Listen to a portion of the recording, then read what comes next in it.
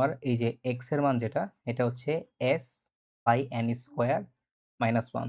s হচ্ছে আমাদের যতটুকু প্রবেশ করছে, এই যে 0.04। তো আমরা যদি এখানে সূত্রটা বসাই, সো সবার আগে আমাদের n এর মানটা বের করতে হবে। তো দেখো n এর মানটা কত হবে? সো আমাদের ধরো u হচ্ছে কত? u হচ্ছে ধরো আমাদের এখানে তোমার আমরা এটাকে u1 ধরি। ঠিক আছে? আচ্ছা। এবার হচ্ছে আমরা ধরলাম v। v বলছি কি যে 75% বেগ হারায়। তাহলে u1 মাইনাস 0.75 u1, তাইলে হচ্ছে আমাদের আসে কত? 0.25 u1, অর্থাৎ u1/4। সো আমাদের n এর মান আসে এখান থেকে কত তোমার? u/u1/4, অর্থাৎ n is equal to 4। তো এটা হচ্ছে আমাদের n এর মান আমরা পেয়ে গেলাম। তো এবার আমরা কি করব? জাস্ট ফর্মুলাটাতে বসায় দেব অ্যান্সার ম্যাথগুলো জিনিসগুলা। তাইলে কিন্তু আমাদের অ্যান্সারটা চলে আসবে। তো x is equal to হচ্ছে s। s হচ্ছে এখানে 0.04, আর এখানে হচ্ছে তোমার n হচ্ছে 4, 4 স্কয়ার মাইনাস 1। এখান থেকে আমাদের x এর মানটা আসতেছে কত? আমরা যদি একটু ক্যালকুলেট করি তাহলে 0.04/16 - 1, অর্থাৎ আমাদের আসতেছে হচ্ছে 2.67 ইন্টু 10 ইনভার্স পি মিটার। এটাকে যদি আমরা মিলিমিটারে নেই তাহলে আমাদের আসে কত? 2.67 মিলিমিটার। এখান থেকে আমাদের অ্যান্সারটা হচ্ছে এই নাম্বারটা।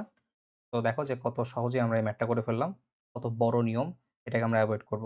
কারণ হচ্ছে এমসিকিউতে আমাদের টাইম অনেক কম থাকবে। ওকে। তো এরপরে আমরা পরের টাইপে যাব। তো বল প্রয়োগের পর বল সরিয়ে নেওয়ার টাইপ। এটা আসলে একসময় ইঞ্জিনিয়ারিং এ বেশি আসতো। ঠিক আছে? তো ইঞ্জিনিয়ারিং যেমন রুয়েট, কুয়েট, চুয়েট এগুলাতে অনেক বেশি আসতো। বাট রিসেন্টলি আমাদের এই যে খুলনা ইউনিভার্সিটিতেও এই টাইপটার একটা ম্যাথ চলে আসছে। তো এই টাইপের ম্যাথগুলোর জন্য আমাদেরকে কিভাবে অ্যাপ্রোচ নিতে হবে এটা দেখতে হবে। তো বলা আছে কি, ১০ নিউটনের একটি বল ২ কেজি ভর বিশিষ্ট একটি স্থির বস্তুর উপর ক্রিয়া করে। যদি ৪ সেকেন্ড পরে বলের ক্রিয়া বন্ধ হয়ে যায়, তবে প্রথম থেকে ৮ সেকেন্ড পরে তোমার বস্তুটি কত দূরে যাবে? তো এটা হচ্ছে আমাদের নরমাল রিটেনে যেমনি আমরা করি, এই রিটেন নিয়মে করতে গেলে দেখো কত বড় হয়ে যায় ম্যাথটা। তো এরকম রিটেনে করতে গেলে মিনিমাম ২ থেকে ৩ মিনিট তো তোমার লাগবেই।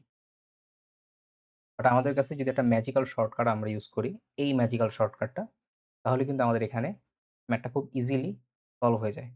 তো আমাদের এখানে দেখো যে এই যে টি আর টি1 হচ্ছে আমাদের বল কতক্ষণ পর্যন্ত কাজ করছে, অর্থাৎ বলের ক্রিয়াকাল।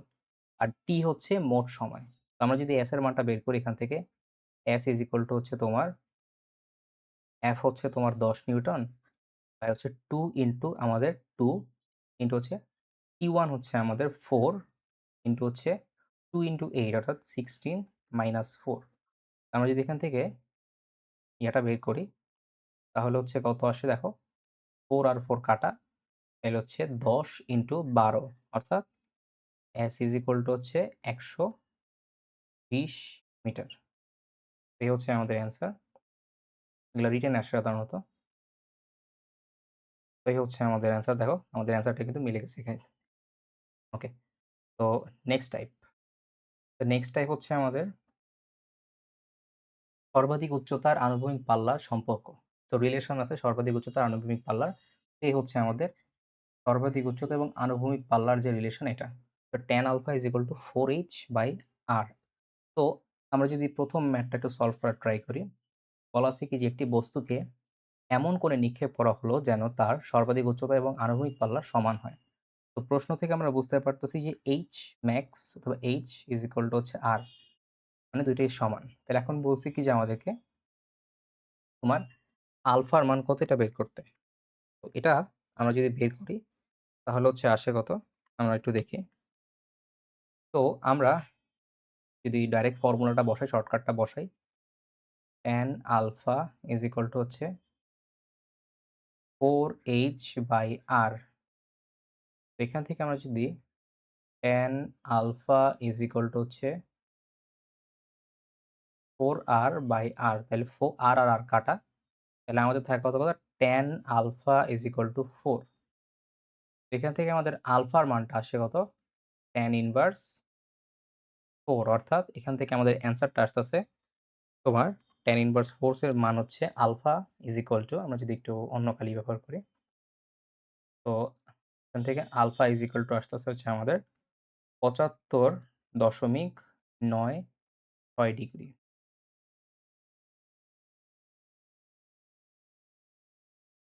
হুম, এই হচ্ছে আমাদের এখানের অ্যান্সার। পরবর্তী প্রশ্ন, এটাও সেম প্রশ্ন। এখানে বলা আছে কি যে একটি আনুভূমিক পাল্লা হচ্ছে আমাদের কত, আনুভূমিক পাল্লা দেওয়া আছে হচ্ছে 40√3 মিটার। আচ্ছা, এবং আলফার মান দেওয়া আছে হচ্ছে আমাদের কত, 30 ডিগ্রি। এখন আমাদেরকে বলছে কি যে তাহলে এইচ ম্যাক্স বা এইচ নরমালি আমরা যেটা চিন্তা করি এটা কত। এজন্য আমাদেরকে এই আগের সূত্রটা ইউজ করতে হবে। tan alpha is equal to হচ্ছে 4h/r। তাহলে tan 30 ইজ ইকুয়াল টু হচ্ছে 4 ইনটু h বাই হচ্ছে 40/√3। তো এখান থেকে আমরা যদি হ্যান্ড ক্যালকুলেশন করি তাহলে হচ্ছে tan থিটা tan 30 এর মান হচ্ছে 1/√3, 4h 40√3। তো এই √3 আর √3 কাটা, তাহলে হচ্ছে 4h ইজ ইকুয়াল টু আসে আমাদের 40, অথবা h এর মান আসে হচ্ছে আমাদের 10 মিটার। এই হচ্ছে আমাদের সুন্দর একটা শর্টকাট। এই শর্টকাটটা দিয়ে আমরা খুব ইজিলি এরকম টাইপের ম্যাথগুলো খুব ইজিলি সলভ করতে পারি, এবং এটা কিন্তু ভেরি ইম্পোর্টেন্ট একটা শর্টকাট ছিল। আচ্ছা, এরপর হচ্ছে নেক্সট যে শর্টকাটটা, প্রাস রিলেটেড শর্টকাটই। প্রাসের গতিপথ বা সঞ্চারপথ সমীকরণ সংক্রান্ত। তো যখনই আমাদের এরকম মানে একটা ইকুয়েশন দেখবো আমরা, এই যে এই টাইপের একটা ইকুয়েশন দেখবো, তখনই আমাদের মাথায় এই শর্টকাটটা চলে আসতে হবে। তো আমরা যদি দেখি বলছে কি যে এখানে একটি বস্তুর গতিপথের, প্রাসের গতিপথ অবশ্যই, প্রাসের গতিপথের ইকুয়েশন দেওয়া আছে এটা। তাহলে আমাদের বস্তুর নিক্ষেপণ কোণ অর্থাৎ আলফা এবং আনুভূমিক পাল্লা আর এর মান কত বের করতে বলছে। সো আমাদের গিভেন যেটা, এটা আমরা একটু লিখে ফেলি। গিভেন হচ্ছে y ইজ ইকুয়াল টু হচ্ছে x minus x square by 20। এখন আমরা যদি এখান থেকে এই ফর্মুলাটা না ট্রাই করি, আমরা কি করব যে y is equal to x common নিই, তাহলে হচ্ছে তোমার 1 মাইনাস x বাই 20। তাইলে হচ্ছে আমাদের নেক্সটে যে জিনিসটা আসে, তা আমরা এখন যদি দেখি যে এখানে আমরা এই ফরম্যাটটা মোটামুটি এনে ফেলছি। y is equal to x into 1, 1 minus x by 20। আচ্ছা, তো এখানে 1, এই 1 এর মানটা আমাদের tan আলফার মান হচ্ছে এখানে 1 পাইতেছি আমরা। tan আলফার মান যদি 1 হয় তাহলে আমাদের আলফার মান কত হবে? অবশ্যই 45 ডিগ্রি। আচ্ছা, তো এখান থেকে আমরা আনুভূমিক পাল্লা অর্থাৎ r এর মানটা পাচ্ছি কত দেখো। আমরা যদি এখানে y is equal to x tan 45 degree 1 minus x by 20 লিখি। এখান থেকে দেখতেছি যে r এর মানটা হচ্ছে আমাদের 20। সো এখানে r এর মানটা আসতেছে আমাদের 20 মিটার। তো দ্যাটস ইট। এই হচ্ছে আমাদের এই শর্টকাটটা। বেশ বড় ম্যাথ, এটাকে আমরা খুব ইজিলি করে ফেললাম এই শর্টকাটটা দিয়ে। তো নেক্সট টাইপ, এটা খুব ইজি টাইপ। এখানে মানে তক্তা ভেদের সংখ্যা অর্থাৎ কয়টা তক্তা আমরা ভেদ করছি, এই সংখ্যাটা আমাদের এখানে বলা আছে। তো এখানে বলা আছে কি যে একটি বুলেট একটি তক্তা ভেদ করতে পারে। বুলেটের বেগ ৩ গুণ করা হলে তা একই ধরনের কয়টি তক্তা ভেদ করতে পারবে? তো এখানে একটা যদি ইম্পোর্টেন্ট নোট দেই আমি, তো এখানে শুধুমাত্র এই শর্টকাটটা তখনই এপ্লাই করা যাবে যখন তক্তাগুলো একই ধরনের হবে। ঠিক আছে? একই ধরনের হবে। ঠিক আছে? যেহেতু এখানে একই ধরনের তক্তা বলছে, তাইলে আমরা এই সূত্রটা এপ্লাই করতে পারবো। আদারওয়াইজ কিন্তু আমরা এটা পারব না। বাট ভার্সিটিতে মেক্সিমাম ক্ষেত্রেই একই ধরনের তক্তাই আসে। তো এখানে আমাদের যে শর্টকাট এটা হচ্ছে n, এটা হচ্ছে তক্তার সংখ্যা। n হচ্ছে আমাদের তক্তার সংখ্যা। এই তক্তার সংখ্যা হচ্ছে আমাদের বেগ বৃদ্ধির গুণ এটার স্কোয়ার। এখানে দেখো ৩ গুণ করা হইছে। তাইলে হচ্ছে আমাদের এখানে কত হবে? t স্কোয়ার অর্থাৎ ৯। অর্থাৎ আমাদের তক্তার সংখ্যা হচ্ছে এখানে কত? ৯ টি। তো এখানে আমাদের ম্যাথটা শেষ। আচ্ছা, এরপরে নেক্সট কোয়েশ্চেন। তো নেক্সট কোয়েশ্চেন হচ্ছে আমাদের কত সময় পর প্রাসের বেগ আনুভূমিকের সাথে কত কোণ তৈরি করবে? অর্থাৎ তুমি মনে করো যে একটা বস্তুকে নিক্ষেপ করছো, মনে করো যে ৬০ ডিগ্রি কোণে। এখন বলছো যে কিছুক্ষণ পরে দেখলা যে বস্তুটার আনুভূমিকের সাথে কোণ হইলো হচ্ছে ধরো থিটা ডিগ্রি। এখন কত সময় পরে এটা আমাদেরকে বের করতে হবে। তো এটার জন্য এই শর্টকাটটা আমরা এপ্লাই করব। T হচ্ছে আমাদের u sin theta 1 minus theta 2 by হচ্ছে g cos থিটা 2। আচ্ছা, তো এখন এখানে দেখো যে থিটা 1 হচ্ছে আমাদের নিক্ষেপণ বেগ, থিটা 2 হচ্ছে ওই যে t সময় পরে আমাদের আনুভূমিকের সাথে তৈরি হওয়া কোণ। ঠিক আছে? তো আমরা যদি এখান থেকে t এর মানটা বের করি, t হচ্ছে এখন u হচ্ছে আমাদের নিক্ষেপণ বেগ 4t sin 60 degree minus 30 degree by হচ্ছে 9.8 cos 30 ডিগ্রি। তো এটা যদি আমরা মানটা বের করি তাহলে হচ্ছে 4t sin 30 বাই হচ্ছে 9.8 ইন্টু cos 30।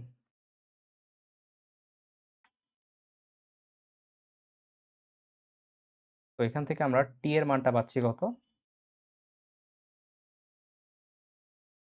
t হচ্ছে 2.356 সেকেন্ড। এ হচ্ছে আমাদের t পাইলাম আমরা। তো t হচ্ছে আমাদের 2.356 সেকেন্ড।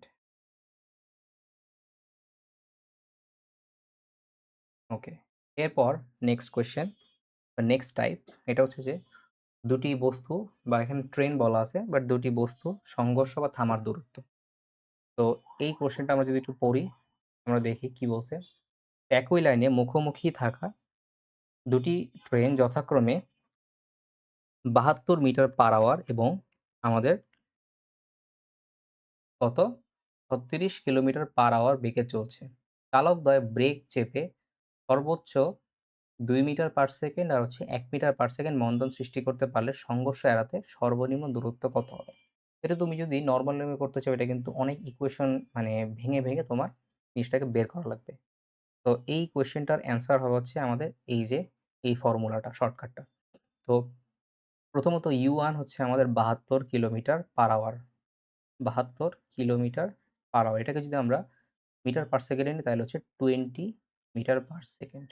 তো এটাকে মিটার পার সেকেন্ডে নেওয়ার একমাত্র উপায় হচ্ছে এটাকে 3.6 দিয়ে ভাগ দেওয়া। এখানে আমাদের U2 যেটা, U2 হচ্ছে কত?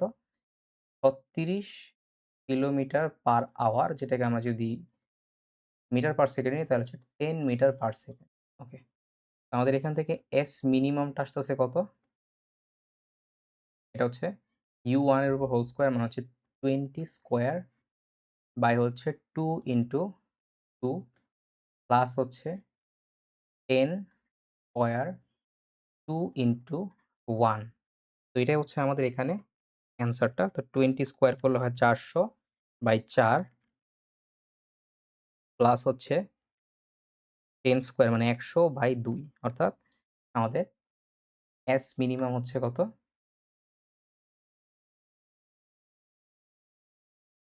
S মিনিমাম হচ্ছে 150 মিটার।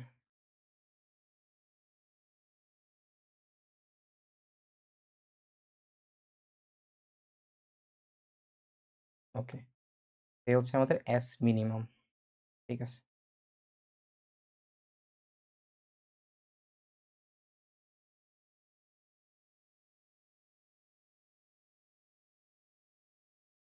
এরপর হচ্ছে নেক্সট কোয়েশ্চেন আমাদের নির্দিষ্ট দূরত্বে অবশিষ্ট দেয়াল বা বাধা অতিক্রমের শর্ত।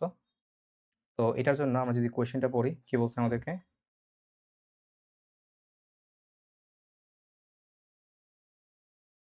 একটি প্রাসকে u বেগে তোমার 45 ডিগ্রি কোণে নিক্ষেপ করা হলো। এটি নিক্ষেপণ বিন্দু হতে r/4 দূরত্বে থাকা একটি বস্তুকে একটি স্তম্ভকে স্পর্শ করে চলে গেল।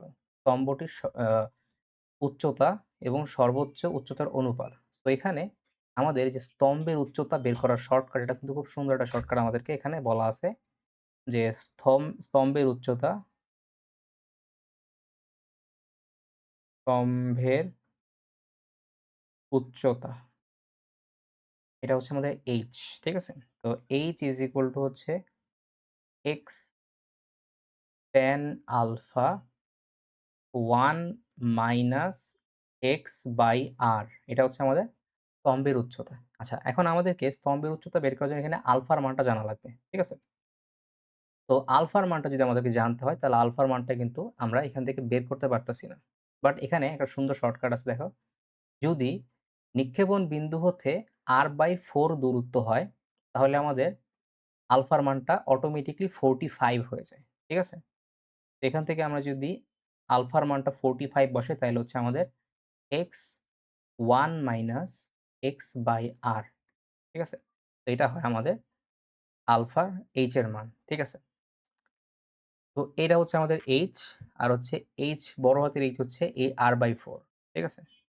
তো h বাই বড় হাতের h ইজ ইকুয়াল টু কত হবে আমাদের?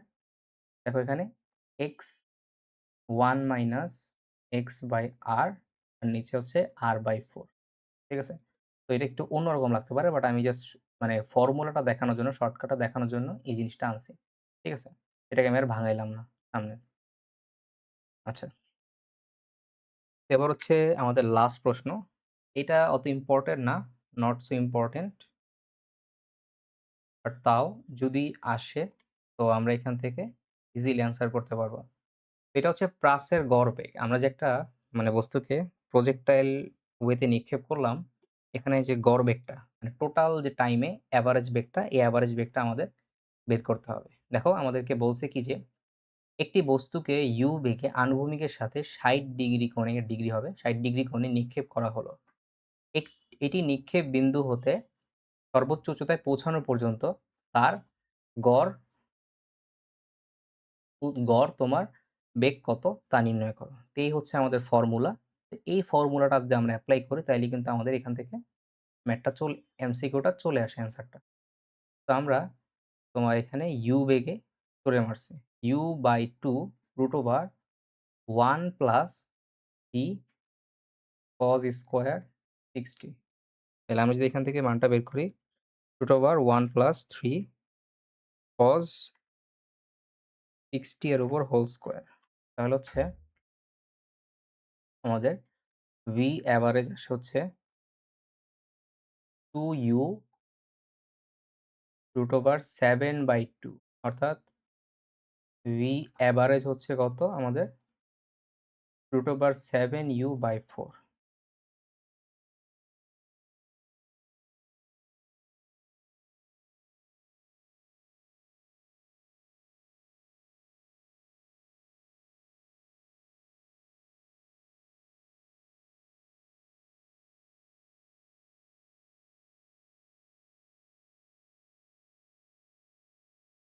এই হচ্ছে আমাদের এই কোয়েশ্চেনের অ্যান্সার আমরা পেয়ে গেলাম।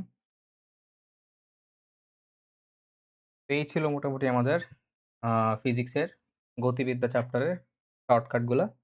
এই শর্টকাটগুলো মোটামুটি যদি মানে ভালোভাবে করতে পারো তাইলেই মোটামুটি এই চ্যাপ্টার থেকে যদি এরকম টাইপের কোনো প্রশ্ন দেয় খুব easily within a second solve করতে পারবা। তো আজকে এই পর্যন্তই।